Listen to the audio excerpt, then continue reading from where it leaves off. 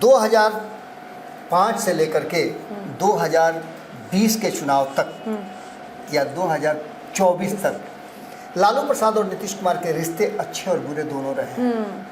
हालांकि जब अच्छे रिश्ते नज़र आते थे तो उसमें भी एक नज़र आता था कि दोनों में डिफरेंसेस अभी भी बाकी हैं। अब सबसे बड़ी बात है कि मैंने दूसरा नाम लिया था तेजस्वी यादव का। तेजस्वी यादव की राजनीति भी इस 2025 के राजनीति पर टिकी हुई है। हालांकि तेजस्वी यादव का अभी लंबा कैरियर है राजनीति का, लेकिन एक ऐसा आया हुआ है मोड़ जहां तेजस्वी यादव को खुद को प्रूफ करना होगा और तेजस्वी यादव के पास खोने के लिए कुछ भी नहीं। मीटिंग करके आए थे, मैंने एक खबर चलाया था कि 3 दिवसीय दिल्ली यात्रा के बाद लौट करके हमारे दोनों उप मुख्यमंत्री, कई मंत्री, नए अध्यक्ष सभी लौट के आते हैं, तो अचानक से अध्यक्ष को बुलाने की जरूरत क्यों पड़ती है? क्या ऐसा छूट गया था? क्योंकि बातें तो सभी हो गई होंगी। यदि केंद्रीय नेतृत्व को अगर ये मालूम होता कि इनसे अलग में कुछ बात करना, बतकही तो करना है, तो अलग हटा के कर लेते। ये बैठक तो इसीलिए ना बुलाई होगी कि जब दिल्ली से कुछ उनको मंत्र मिला होगा, कान फूका गया होगा, तभी ना गुरु मंत्र लेकर आए थे। तो कहीं ना कहीं जो बातें वो ले करके आए हैं उन बातों पे अमल भी होना पड़ेगा, क्योंकि एक चर्चा बहुत ज़बरदस्त ढंग से चल रही है और बिना आग के धुआं होता नहीं है। नीतीश कुमार की चुप्पी बहुत सारी कहानी को जन्म दे रही है और लगातार जो हो रहा है, ये ज़रूरत क्या थी फिर से कहने का कि आरक्षण के हम साथ आते जो हैं। अब निश्चित रूप से नीतीश कुमार का थिंक टैंक जो है, नीतीश कुमार का जो ब्रेन है, वो सोच रहा होगा।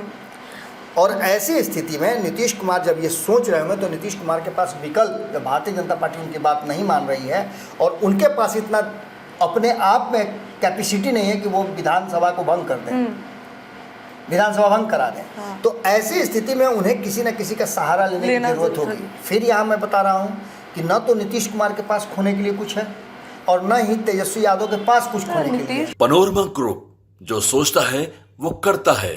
नमस्कार, भारत लाइव देख रहे हैं आप। लोकसभा चुनाव के बाद तेजस्वी यादव ने अपना मौन व्रत तोड़ दिया है। आज प्रेस कॉन्फ्रेंस का आयोजन करके तेजस्वी यादव ने काफी बातें बोली।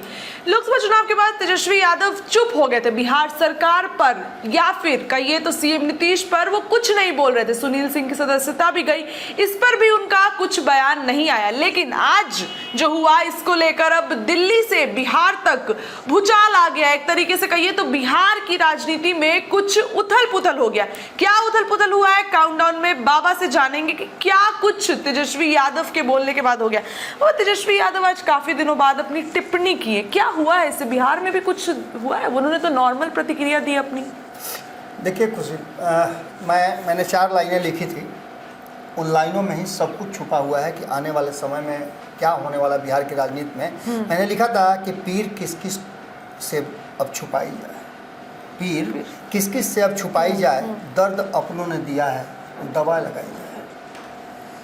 मालूम था मुझे घाव देगा वो जरूर, मालूम था मुझे घाव देगा वो जरूर, अपना है तोहमत भी कैसे लगाई जाए, अपना है तोहमत भी कैसे लगाई जाए। दर्द सुना सुना भावुक कर देता था, दर्द सुना सुना भावुक कर देता था। भाई कहा उसने कैसे उसको तड़पाई जाए, भाई कहा उसने कैसे उसको तड़पाई जाए। माना उसने मुझसे सियासत किया है, माना उसने मुझसे सियासत किया है, फिर अर्थी को कंधा कैसे लगाई जाए। ये पूरी की पूरी कहानी बिहार की राजनीति का वो आईना है जो हमने समय समय पर देखा है। जब जब नीतीश कुमार मझधार में फंसे हैं तो लालू याद आए हैं और लालू प्रसाद ने हर बार उन्हें माफ किया है। 2005 से लेकर के 2020 के चुनाव तक या 2024 तक लालू प्रसाद और नीतीश कुमार के रिश्ते अच्छे और बुरे दोनों रहे। हालांकि जब अच्छे रिश्ते नज़र आते थे तो उसमें भी एक नज़र आता था कि दोनों में डिफरेंसेस अभी भी बाकी हैं। लेकिन खैर इन सारी बातों के साथ साथ आपने जब नाम लिया तेजस्वी यादव का, तो बहुत सारे चेहरे हमारे सामने आ गए। आखिर तेजस्वी यादव जो अचानक से निकले हैं, सदन में नहीं जाने वाले तेजस्वी यादव, इतने दिनों तक चुप्पी साधने वाले तेजस्वी यादव, आखिर तेजस्वी यादव आज क्यों बोले? तो आज वो समय आ गया है जब तेजस्वी यादव नहीं बोलेंगे तो फिर तेजस्वी यादव की राजनीति नहीं बचेगी। सबसे बड़ी बात यह है कि आरक्षण में आरक्षण का एक न्यायालय ने आदेश पारित कर दिया है, फैसला सुना दिया है। गुड। इससे पहले आपको पता है कि जो आरक्षण बढ़ाने की बात चल रही थी 15%, वो निरस्त हो चुका है। बिहार जो आरक्षण देना चाहता है, बढ़ाना चाहता है, उसे 9वीं अनुसूची में शामिल कराना है, उसकी संभावनाएं दूर दूर तक नजर नहीं आ रही है। नीतीश कुमार बार बार कह रहे हैं कि हमने आग्रह तो किया है। इन सारी बातों के साथ साथ अब 2025 का चुनाव इस सर पर है और नीतीश कुमार के लिए ये चुनाव, तेजस्वी यादव के लिए चुनाव बहुत अहम है, जरूरी। नीतीश के लिए अहम इसलिए है कि नीतीश कुमार अपने जीवन का अंतिम जो कहा जाता है कि जो रिटायरमेंट है वो एक सुखद रिटायरमेंट है।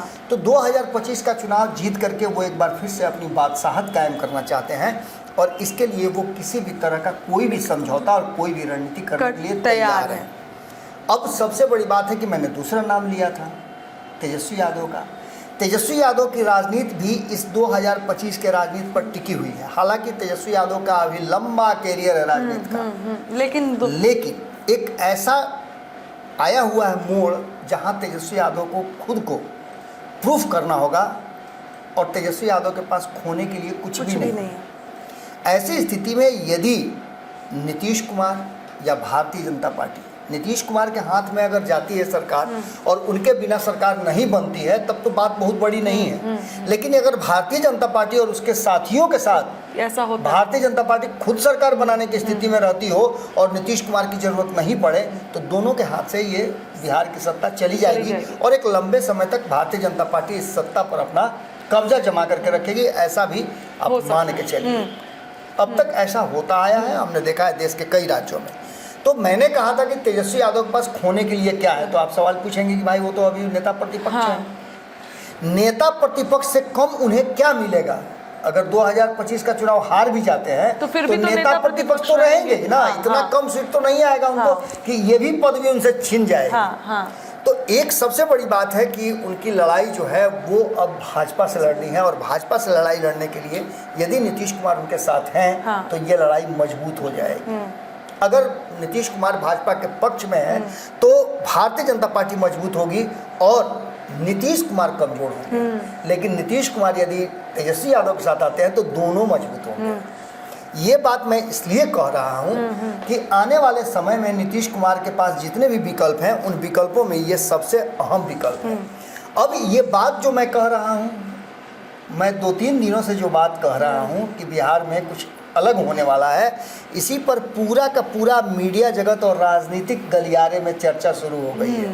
बाबा एक बात में, अगर आज तेजस्वी यादव ने प्रेस कॉन्फ्रेंस की और एक बीजेपी की भी बैठक दिल्ली में इसके बाद आयोजित हो गई, इस पे हाई लेवल मीटिंग, तो इस पर कैसे तालमेल बैठ रहा है? देखिए खुशी, आपको याद होगा कि जब दिल्ली से एक बड़ी मीटिंग करके आए थे, मैंने एक खबर चलाया था कि 3 दिवसीय दिल्ली यात्रा के बाद लौट करके हमारे दोनों उप मुख्यमंत्री, कई मंत्री, नए अध्यक्ष सभी लौट के आते हैं तो अचानक से अध्यक्ष को बुलाने की जरूरत क्यों पड़ती है? क्या ऐसा छूट गया था? क्योंकि बातें तो सभी हो गई होंगी। यदि केंद्रीय नेतृत्व को अगर ये मालूम होता कि इनसे अलग में कुछ बात करना, बतकही करना है तो अलग हटा के कर लेती। लेकिन पटना आने के बाद, कार्यक्रम होने के बाद अचानक से उनको फोन आता है जेपी नड्डा का और सीधे वो दिल्ली रवाना होते हैं। इसका मतलब कि कुछ तो है जिसकी पर्देदारी है। मैंने उस दिन भी कहा था और वो चीज़ अब नजर भी आने। तो बाबा इसकी जानकारी बिहार के दोनों उप मुख्यमंत्री को भी नहीं है? क्यों नहीं है? लेकिन वो तो थोड़े बक्सा में बंद होके गए हैं। पटना से दिल्ली तो गए हैं तो सार्वजनिक रूप से गए हैं ना। जब हमको जानकारी है तो और किसको जानकारी? लेकिन क्या बात हुई थोड़े बताएंगे। हमको आगे खबर में क्या कहना है ये आपको थोड़े पता है। तो ये तो हर किसी की अपनी अपनी आइडेंटिटी होती है ना। तो वो अब प्रदेश के अध्यक्ष हैं तो केंद्रीय नेतृत्व जो उनको जिम्मेवारी दिया है उस जिम्मेवारी के लिए कुछ तो सेक्रेसी मेंटेन करेगा। और वहाँ से लौटते ही उन्होंने सबसे पहले अपने सारे मंत्रियों को बुलाया, अपने दोनों उप मुख्यमंत्रियों को बुलाया और बुला करके उनके साथ मीटिंग की। उस मीटिंग के बाद जो उन्होंने घोषणा की वो काफ़ी ज़्यादा मुझे प्रभावित कर रही है कि मैं तेजस्वी यादव और उन दोनों तथ्यों को एक साथ रख के देखूं कि किस पलड़े पर कौन वजन ज्यादा बढ़ाता है। और इससे विधानसभा चुनाव में भी कोई असर पड़ेगा? जिस तरीके से दिलीप जायसवाल ने आज घोषणा कर दी है, तेजस्वी यादव ने प्रेस कॉन्फ्रेंस की और तुरंत उन्होंने बैठक बुला ली। इस बैठक की सूचना पहले से नहीं थी, हालांकि बीजेपी ने तुरंत बैठक बुलाई है। ये बैठक तो इसीलिए ना बुलाई होगी कि जब दिल्ली से कुछ उनको मंत्र मिला होगा, कान फूका गया होगा, तभी ना गुरु मंत्र लेकर आए थे। तो कहीं ना कहीं जो बातें वो ले करके आए हैं उन बातों पे अमल भी होना पड़ेगा, क्योंकि एक चर्चा बहुत ज़बरदस्त ढंग से चल रही है और बिना आग के धुआं होता नहीं है। नीतीश कुमार की चुप्पी बहुत सारी कहानी को जन्म दे रही है और लगातार जो हो रहा है, ये जरूरत क्या थी फिर से कहने का कि आरक्षण के हम साथ हैं। ये सम्राट चौधरी ने निकल करके स्पेशली चैलेंज कर दिया, बताया है कि हम आरक्षण के साथ हैं और आरक्षण में कुछ नहीं होने देंगे। दैट मीन्स कि ये आरक्षण वाला पेच एक बार फिर से फंस गया है और ये 2015 जैसा है।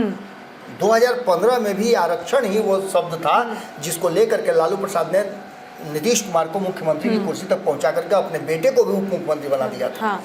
ये आरक्षण ही था जिसको समाप्त करने की बात कह के उन्होंने लोगों की सिंपैथी ले ली थी और लोगों का अपने पक्ष में वोट लिया था।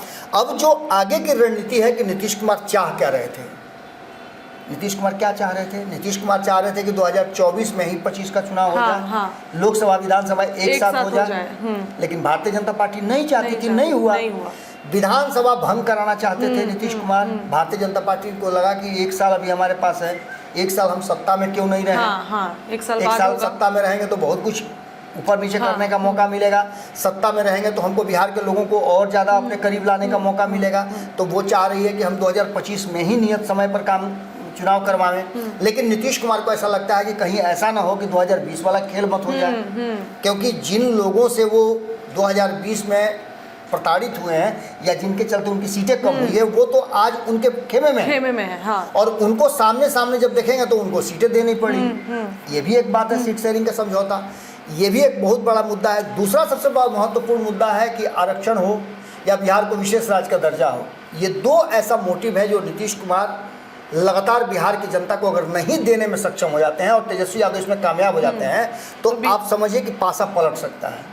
अगर तेजस्वी यादव ये प्रूफ करने में कि कामयाब हो जाए, अगर सत्ता में नहीं दे देंगे तो अलग चीज है। हाँ। तेजस्वी यादव ये प्रूफ करने में कि नीतीश कुमार नहीं दिलवा पा रहे हैं तो निश्चित रूप से नीतीश कुमार का ग्राफ तो गिरेगा ही गिरेगा ना, और इसका डैमेज भारतीय जनता पार्टी को भी होगा। तेजस्वी यादव कहीं ना कहीं प्रूफ कर रहे हैं। ये बातें जो हैं अब निश्चित रूप से नीतीश कुमार का थिंक टैंक जो है, नीतीश कुमार का जो ब्रेन है वो सोच रहा होगा।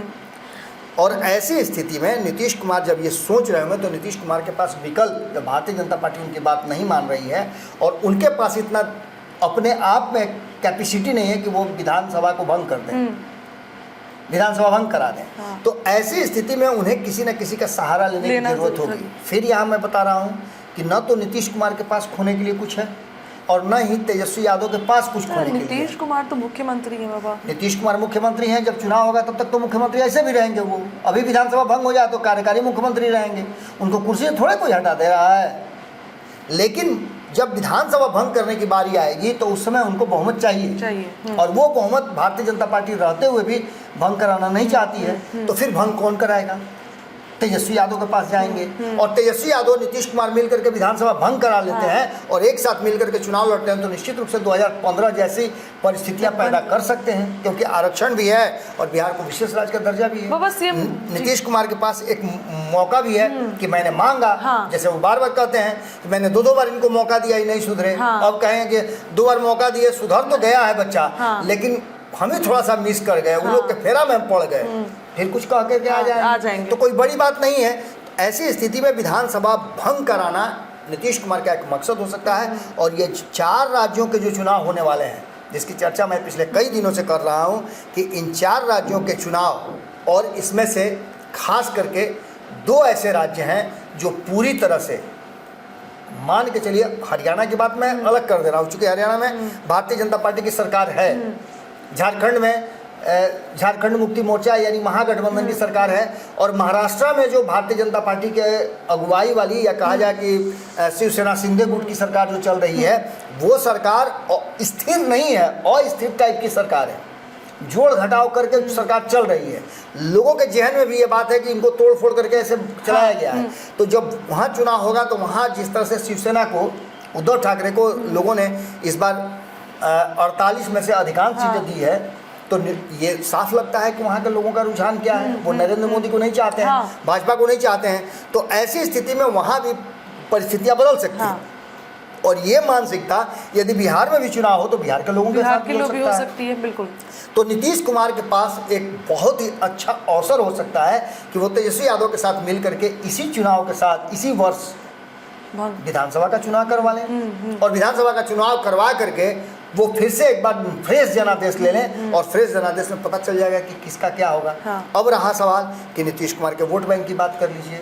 तो नीतीश कुमार का वोट बैंक अब तक कांस्टेंट रहा है, आगे भी कांस्टेंट रहेगा, ऐसी उम्मीद जताई जा रही है। अगर नीतीश कुमार ने ये कहते हुए कि भारतीय जनता पार्टी ने हमारे साथ धोखा किया, हमारे साथ चीट किया है, तो निश्चित रूप से बिहार की जनता को समझाने में वो सफल हो जाएंगे। और तेजस्वी यादव का जो पैरामीटर तय किया गया है, या हो सकता है कि लालू प्रसाद और नीतीश कुमार ने मिलकर के ये पैरामीटर तय किया हो कि आप हुले ले कीजिए, मैं पीछे से सपोर्ट करूंगा, बैक सपोर्ट रहेगा मेरा। तो ये सभी चीजें घुमा फिरा करके उस जगह आती हैं। हालांकि ये हाइपोथेटिकल है। अभी इस पर बहुत ज़्यादा कुछ कहना थोड़ा मुश्किल होगा, लेकिन एक बात तो निश्चित रूप से नजर आ रहा है कि टेलर तो शुरू हो गया। अब सीएम नीतीश कहीं ना कहीं संकेत दे रहे हैं अभी कुछ, कि काफ़ी सारी चीज़ें तालमेल बैठ रही। इस पर हमने बात भी की थी कि तेजस्वी यादव का नहीं बोलना और सीएम नीतीश की नाराज़गी, और आज भी वही हुआ। बिल्कुल। देखिए, घुमा फिरा करके अगर बात की जाए तो आपको साफ नज़र आ रहा होगा कि 4 सीटों पे जो उपचुनाव होने हैं, एक सीट पे उपचुनाव हुआ, उसका नतीजा क्या हुआ, तो दोनों ही गठबंधन को लोगों ने नकार दिया। यानी कि लोगों को न तो केंद्र में और न ही बिहार में ये गठबंधन और गठबंधन वाली जो चीज़ है वो पसंद है।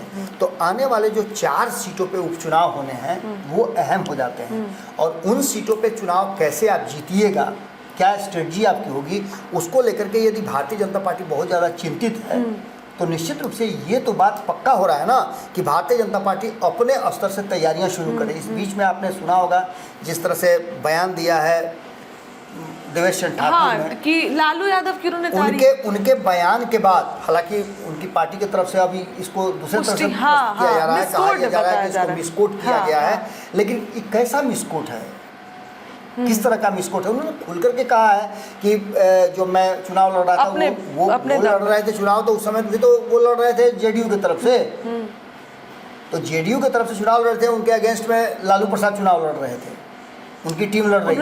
तो उन्होंने लालू यादव ने उनको सपोर्ट न करके अपनी इनको सपोर्ट कैसे किया? ये भी तो एक बड़ी बात है ना। तो कहीं ना कहीं ये खिचड़ी जो है भीतर ही भीतर पक रही है। और मैं जैसा कि बता रहा था कि जैसे केंद्र में एक खिड़की खोल करके रखते हैं नीतीश कुमार, अब बिहार में भी एक दरवाज़ा और खिड़की दोनों तरफ खोल के रखते हैं। मैंने यहाँ तक भी बताया था कि वो खूंटा गाड़ के जो रखे हैं ना जदयू ऑफिस के बाहर, उसी खूंटा में मूड़ी लगाने के लिए एकदम बेचैनी में है तेजस्वी यादव। जब भी लगा सकते हैं, कोई बड़ी बात नहीं है। और दूसरा खूंटा का रस्सी इस बार ढीला कर सकते हैं नीतीश कुमार। ये तो पक्का लग रहा है कि कहीं ना कहीं जो मौका है, नज़ाकत है, उसको देखते हुए नीतीश कुमार के पास और तेजस्वी यादव के पास, दोनों के पास एक अवसर है कि अभी जो जनता का मूड है, अभी हाल फिलहाल में ही लोकसभा का चुनाव हुआ है, अभी जनता का मिजाज जो है उस तरफ बना हुआ है, नाराज़गी है, जातीय समीकरण बैठाने में फेल हुए थे। इन सारी चीज़ों का फ़ायदा उठाने के लिए ऐसा हो सकता है कि विधानसभा भंग करा करके और नीतीश कुमार जो है वो चुनाव करवा दें और चुनाव मजबूती से लड़ करके फिर से एक बार जनता के बीच। देखिए, नीतीश कुमार क्या करेंगे, या तेजस्वी के साथ जाएंगे, किस तरीके से बीजेपी ने मीटिंग बुला ली, दिल्ली में भी मीटिंग हो रही है, या सीएम नीतीश क्या कुछ संकेत दे रहे हैं, ये तो देखने वाली बात रहेगी। फिलहाल काउंटडाउन शुरू में इतना ही। बने रहिए भारत लाइव के साथ। बहुत बहुत धन्यवाद। पनोरमा ग्रुप, जो सोचता है वो करता है। अगर ये वीडियो पसंद आई और वह बिहार के राजनीति और बिहारियत से सरोकार रखेनी तो सब्सक्राइब बटन दबा के चैनल के सब्सक्राइब कर ली। ओजे एगो घंटी बा, ओकरा बटन दबा देला से कुल सटीक और मारक खबर रुआ मुफ्त में मिल जाई। अगर रुआ पत्रकारिता के हमनी के नया प्रयोग में सहयोग कर चाहतानी तो ज्वाइन बटन दबा दी। पेटीएम नंबर नोट कर ली 9386816700। धन्यवाद।